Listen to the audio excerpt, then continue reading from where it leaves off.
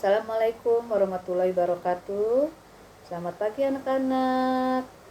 Alhamdulillah ya, kita ketemu lagi. Kamu sudah kelas 9, harus semakin rajin dan semangat belajar walaupun di rumah. Mungkin kamu sudah kenal dengan ibu ya. Nah, sekarang kelas 9 itu belajar bahasa Indonesia masih sama Bu Murni. Sebelumnya kita berdoa. Sebelum belajar kita berdoa dulu. Berdoa menurut keyakinan masing-masing. Berdoa dimulai, selesai. Nah, kita langsung aja ya, kita belajar ke bab 1. Bab 1 dalam pelajaran kelas 9 yaitu teks laporan percobaan. Nah, di sini kita akan belajar tentang yang A, pengertian, ciri-ciri dan informasi dalam teks laporan percobaan.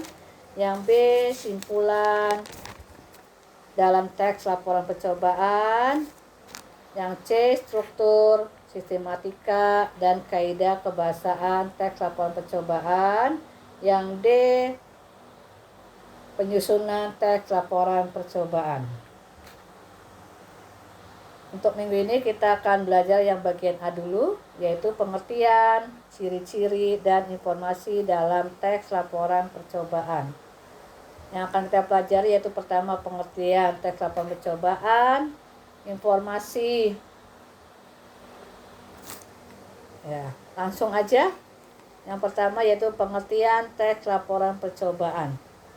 Teks laporan percobaan atau eksperimen merupakan teks berisi paparan data secara terperinci, hasil praktek, pengamatan, dan penelitian. Teks laporan percobaan ditulis berdasarkan percobaan data setelah pengamat selesai melakukan percobaan atau penelitian. Kegiatan percobaan atau penelitian ini digunakan untuk memperoleh pengetahuan dalam bidang ilmu alam, psikologi, atau sosial. Ya, kalau mau buka LKS boleh dibuka halaman 4 ya. Halaman 4 itu mengenai materi teks laporan percobaan. Kita lanjut ya, setelah pengertian yaitu tentang ciri-ciri teks laporan percobaan. Terdiri dari yang pertama, teks laporan percobaan disusun berdasarkan hasil percobaan, pengamatan atau penelitian disertai pemecahannya.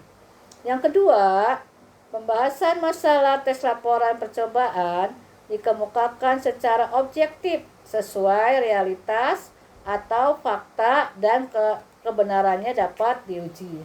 Yang ketiga, teks laporan percobaan disusun berdasarkan struktur isi teks secara runtun dan sistematika. Yang keempat, teks laporan percobaan menggunakan bahasa ilmiah baku, jelas, komunikatif, dan logis, sehingga tidak terbuka kemungkinan adanya ambiguitas, ketaksaan, ataupun kerancuan. Yang kelima, teks laporan percobaan ditulis dengan data lengkap sebagai pendukung laporan. Yang keenam, teks laporan percobaan dibuat menarik dan interaktif. Yang ketujuh, teks laporan percobaan menuntaskan masalah-masalah yang dimunculkan secara terperinci dan lengkap. Lanjut yang bagian B, yaitu menyimpulkan informasi teks laporan percobaan.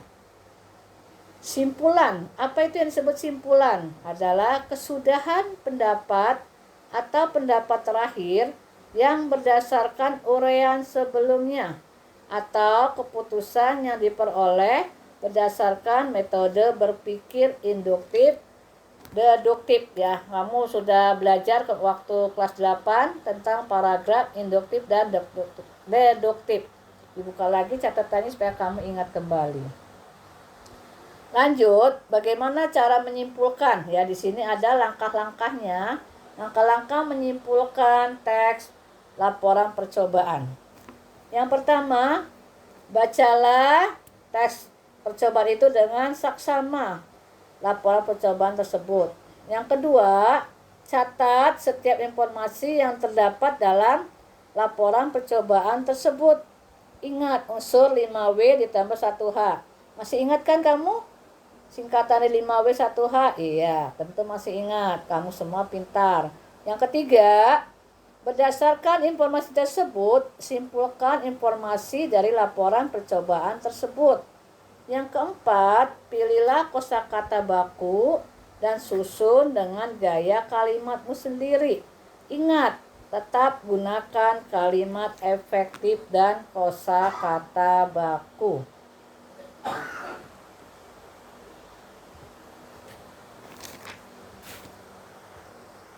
Ya, itu penjelasan dari Ibu.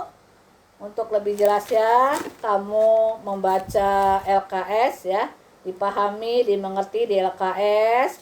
Karena ini lewat online, jadi tidak usah lama-lama ya. Lanjut, nanti ada tugas ya. Tugas itu ada di LKS halaman 4 ya. Jadi situ tugasnya baca dan pahamilah teks laporan percobaan pada halaman 4 sampai 5. Lalu jawablah pertanyaan di bawah ini. Itu ada 5 soal ya.